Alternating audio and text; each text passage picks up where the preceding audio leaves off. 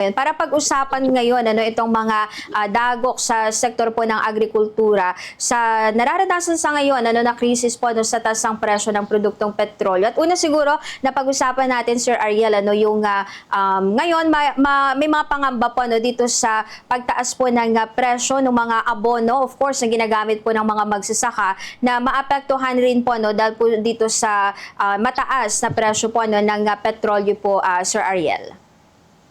Yes, Bombo Marian. Maliban sa abono po, ang isa sa pinaka nirereklamo ng ating mga magsasaka ngayon, yung ginagamit na petrolyo, gasolina, sa kanilang sakahan. No? In fact, meron tayong nagawang study kasama ang local organization sa Ilocos Region, ang Stop Exploitation na grupo, sa mga produkto, let me share. Sige, sir. Ito po yung natin, latest na report from the ground sa Ilocos Region.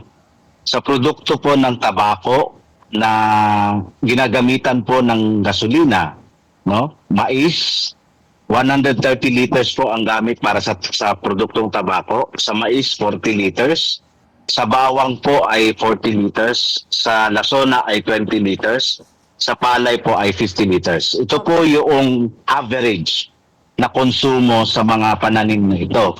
Bago po nagkaroon ng oil price shock, bago nangyari itong Iran conflict o yung agresyon ng Estados Unidos at Zionistang Israel sa bayan ng Iran, mataas-taas na po, dahil nangyari naman po ito sa nakaraang pang taon mula nung nagkaroon din ng kaguluhan sa Ukraine at Russia na conflict. Naging isang dahilan din yun na kung saan mula sa 55 pesos per liter ang presyo ng petrolyo ay tumaas na po yan ng tumaas. Hanggang sa ngayon ay ang konsumo po ng tabako before sa oil price shock ay 7,488.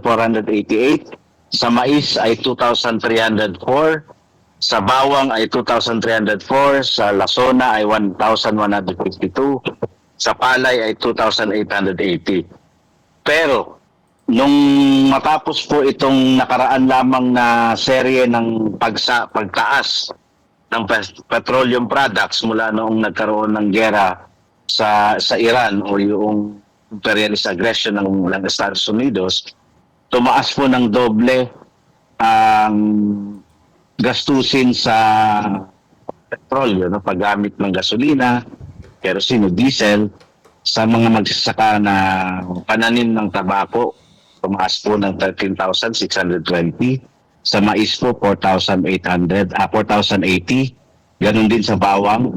Sa lasona, 2,040. Sa palay, 5,100. More than 100% yung pinaas.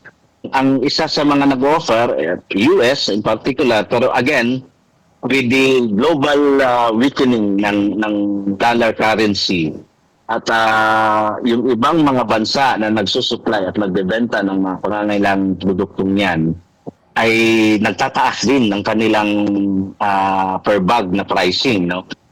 In fact, although wala pa kaming latest ngayon na market price, international market price, in consideration sa pagtaas din, kung aabot sa 200 per barrel ang crude oil, ay definitely tataas din yung mga agricultural products, inputs, farm inputs and implements na source out natin sa labas.